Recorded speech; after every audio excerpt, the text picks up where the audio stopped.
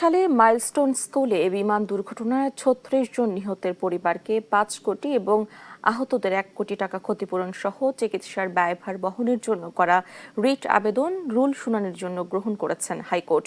সোমবার বিচারপতি ফাহমিদা কাদের ও বিচারপতি আসিফ আহমেদের সমন্বয়ে গঠিত হাইকোর্ট বেঞ্চ এই রুল শুনানির জন্য গ্রহণ করেছেন বলে জানিয়েছেন রিটকারী আইনজীবী মোহাম্মদ আনিসুর রহমান রায়হান। তিনি জানান, গত বছরের ২২ জুলাইতে এই রিট তিনি জনস্বার্থে দায়ের করেন।